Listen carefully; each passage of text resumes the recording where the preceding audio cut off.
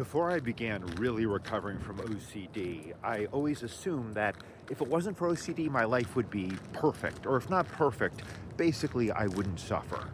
And I have a lot of recovery now, and I'm here to tell you something that you may not want to hear, which is the overall pain in my life, I would say, is not appreciably less without OCD or with very little OCD.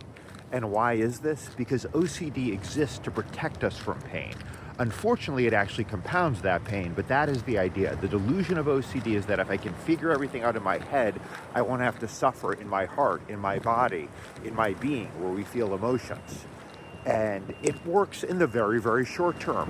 When I'm totally fixated on getting something right in my head, I'm not aware of the deeper pains of my life, the loneliness, the grief, the frustrations, the sorrows. I'm totally and exclusively fixated on, for me, my brand, making the right decision, whatever your brand is, fixated on ensuring you're clean or you didn't do a terrible thing.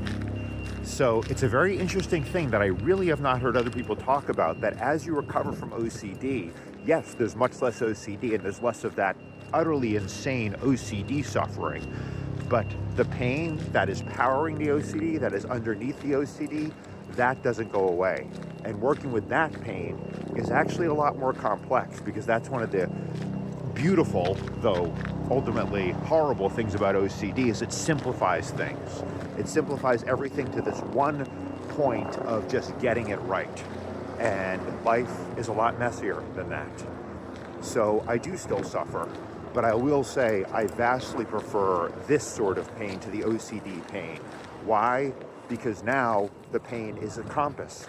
It's pointing me in the direction of what I value, what's important, what I need to work on, where I want to put my energy, rather than just getting this one thing right that ultimately doesn't even matter.